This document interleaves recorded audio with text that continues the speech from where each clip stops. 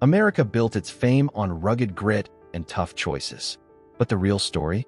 This nation, in secret, made a deal with comfort, chasing ultimate ease above all else. They didn't just solve problems, they wiped them out, making daily life really simple. You won't believe how deep this comfort runs.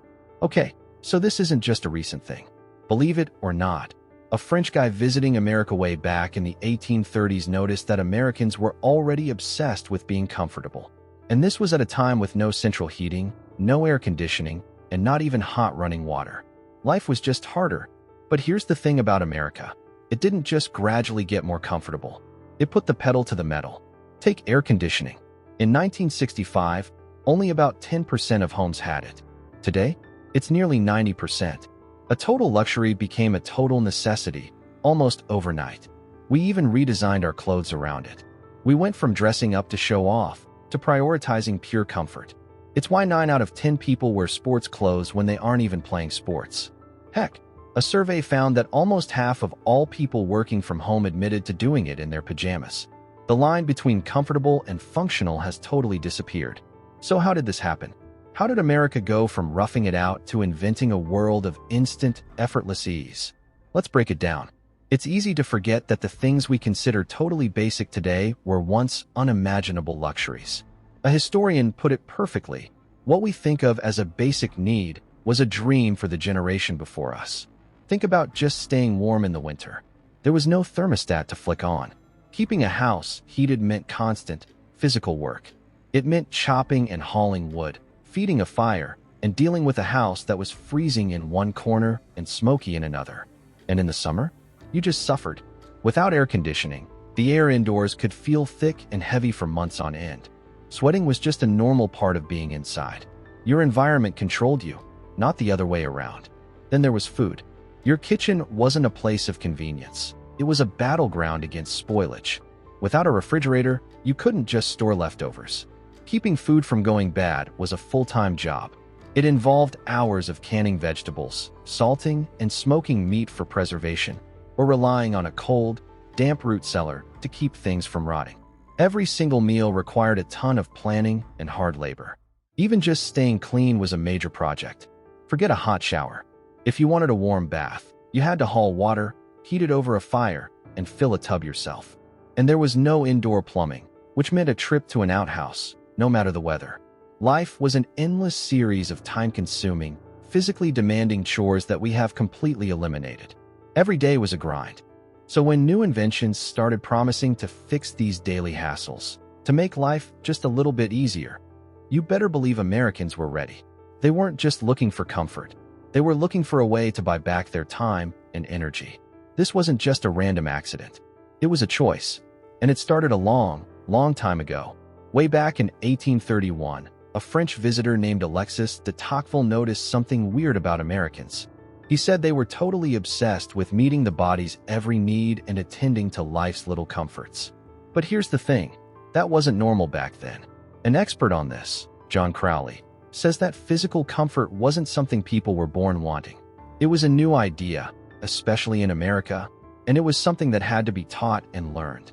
So where did this new obsession first show up? In the air itself. Air conditioning was invented in 1902, but not for people. It was for printing factories, to control the moisture in the air. But it didn't take long for people to realize they could use it to fix the brutal summer heat in their own homes. Once that happened, there was no going back. In 1965, only 10% of American homes had AC. By 2009, it was almost 90%. A total luxury had become a non-negotiable part of daily life. And this thinking didn't just change our homes, it changed the clothes on our backs. For centuries, clothing was about showing off how much money you had. But Americans started to care more about comfort and practicality. Take jeans. They were invented in 1873 by Levi Strauss as tough pants for miners and cowboys. Then, in the 30s and 40s, college students started wearing them just because they were comfortable. Suddenly, workwear became everyday wear. Today, 96% of Americans own jeans, and most people own 7 pairs. The same thing happened with sports clothes. We started wearing them everywhere, not just for sports. It got so normal that by 2016, A survey found nearly 80% of professionals thought it was fine to wear jeans to the office. The message was clear: comfort wasn't a bonus anymore. It was the entire point. But just wanting comfort isn't enough. You have to actually be able to get it.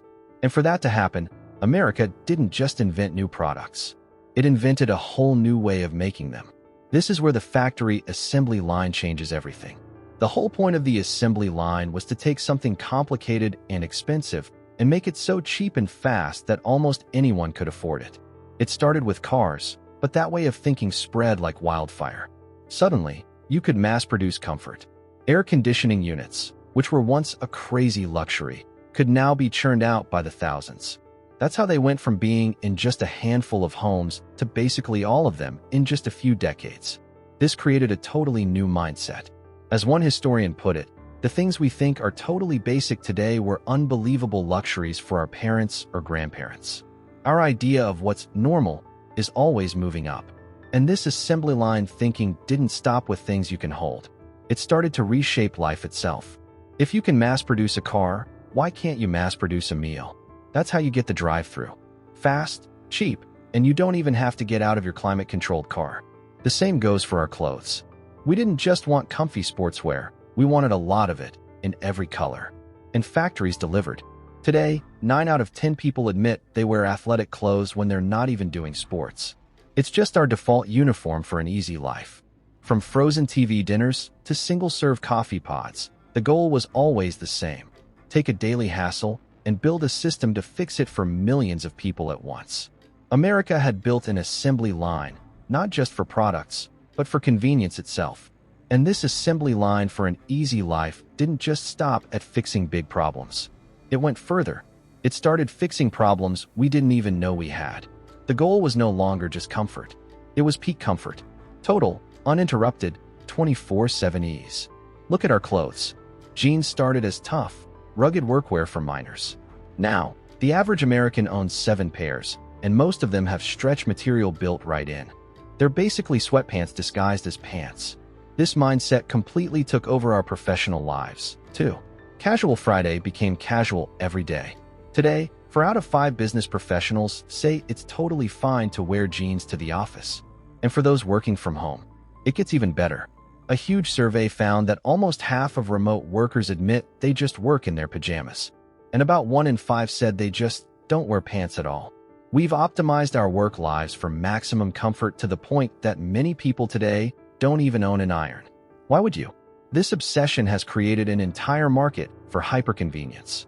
We're talking about things that would have sounded like a joke a few decades ago. The problem it solves is so tiny, it's almost funny.